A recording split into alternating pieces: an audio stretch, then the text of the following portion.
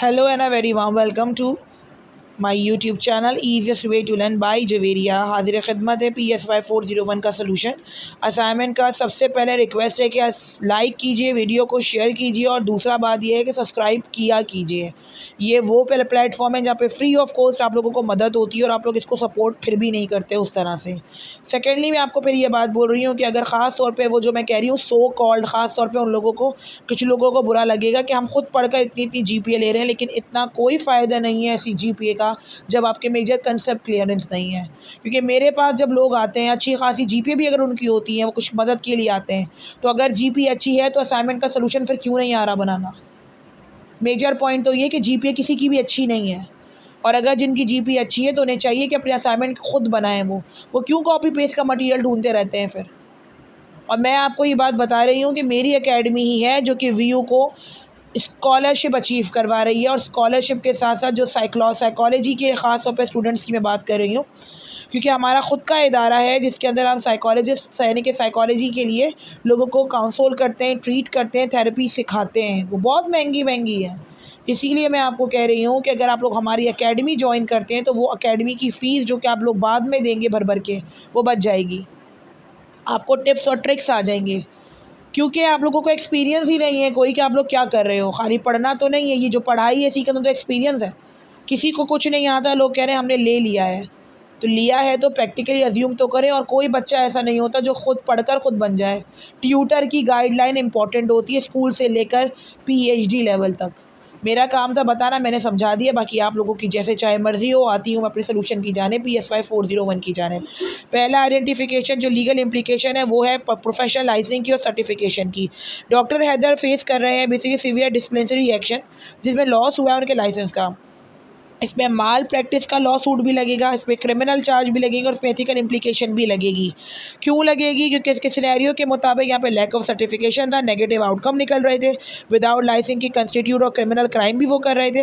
दूसरा ये कि failing to meet the requirement standard. यही बात मैं आप लोगों को फिर बोल रही हूँ कि आप लोग भी जो है ना कॉपी पेस्ट के काम के पीछे भाग रहे हो, डिग्री के रिक्वायरमेंट के पीछे भाग रहे हो कि जॉब मिल जाएगी। जॉब ऐसे किसी को नहीं मिलेगी, खासतौर पर साइकोलॉजी के स्टूडेंट्स को ऐसे जॉब नहीं मिलेगी, क्योंकि आगे एथिकल टेस्ट होता है, थीसिस होता है।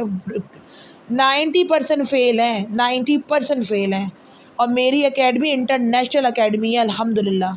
इसीलिए मैं आप लोगों को कह रही हूँ कि यहाँ पर अगर आप ज्वाइनिंग करते हो तो आप लोगों को वो सब सीखने को मिलेगा जो कोई इंस्टीट्यूट भी नहीं सिखाता।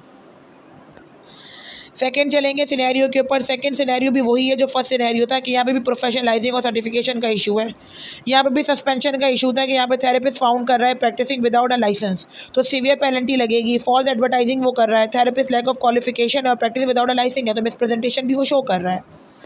थर्ड सिनेरियो आपका क्या है? यहाँ पर लीगल इम्प्लीकेशन लगेगी। लीगल इम्प्लीकेशन किस चीज़ की लगेगी? यहाँ पर लीगल इम्प्लीकेशन लगेगी डियर कि यहाँ पे एथिकल कंसिडरेशन और मैनेज केयर की ज़रूरत है, क्योंकि यहाँ पे सारा जो है ना वो कॉन्ट्रैक्ट करेंगी, मैनेज केयर प्लान को आउटलाइन का बनाएंगी स्पेसिफिक ऑब्लिगेशन के हिसाब से, ताकि वो फाइंड कर सकें उन आउटकम्स को जिसके थ्रू वो लीगल एक्शन पे पड़ी।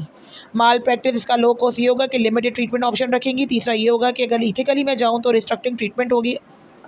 पूरा का पूरा कॉपी पेस्ट कर सकते हैं, ये सोल्यूशन आपको कहीं नहीं मिलने वाला। फिर कह रही हूँ कहीं नहीं मिलने वाला।